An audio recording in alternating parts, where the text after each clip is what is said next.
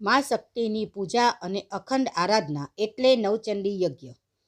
શ્રી કાળિકા માતાજીનું મંદિર ત્રસ્ત માસા દ્વારા મહાસુદ 11ને દિવસે માતાજીની 9મી સાલગીરીની ભવ્ય ઉજવણી કરવામાં આવી હતી। વર્ષો જૂની પરંપરાગત વિધિ મુજબ વહેલી સવારે કેસર સ્નાન આદિ વિધિ બાદ નવચંડી યજ્ઞના શ્રી ગણેશ કરાયા હતા। નવચંડી યજ્ઞમાં 16 લોકોએ સજોડે બેસી માતાજીની ભક્તિમાં તરબોળ થયા હતા અને માતાજીના આશીર્વાદ મેળવ્યા હતા। ગણદેવી તાલુકાના કાંઠા વિસ્તારમાં માસા ગામની પાવન ભૂમિ પર મહાકાળી માતાજીનું રમણીય મંદિર સ્થાપિત છે।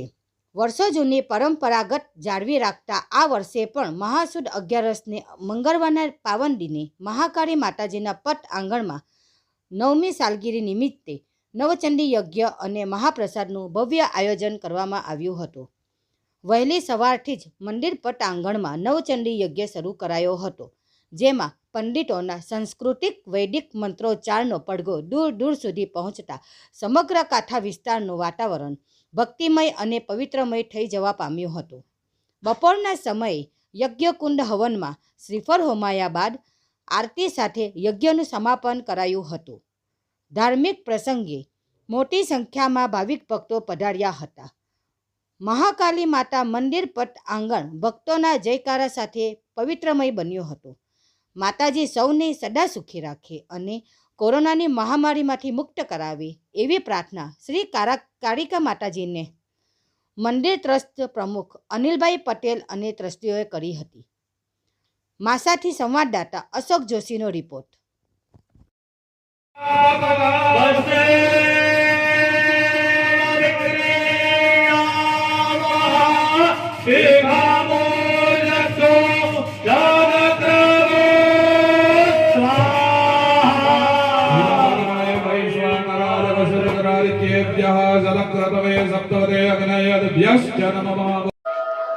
जय माताजी।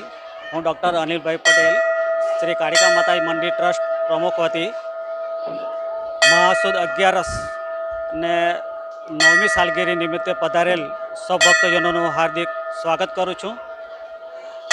आ निमित्ते वहेली सवारे केसर स्नान विधि बाद नवचंडी यज्ञનું आयोजन કરવામાં આવેલ, જેમાં 15 જેટલા યજમાનો અને મોટી સંખ્યામાં ભક્તજનો આવેલા અને આ નવચંડી યજ્ઞનો લાભ લીધો। આ રીતે એમાં ભૂદેવોની ટીમો દ્વારા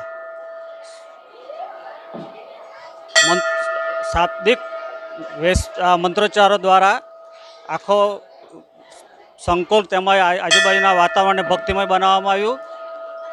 તેમજ આ વૈશ્વિક મહામારીમાંથી સૌ જલ્દી મુક્ત થાય એ માટે માતાજીને પ્રાર્થના। આ પ્રસંગે નવચંડી યજ્ઞનું આયોજનની સાથે આ પાટોત્સવમાં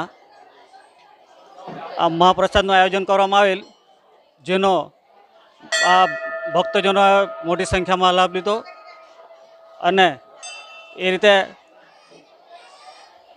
આખું વાતાવરણ ભક્તિમય બનાવવું અને તે રીતે ઘણી મોટી સંખ્યામાં આ પાડોશોનો લોકો લાભ લીધો।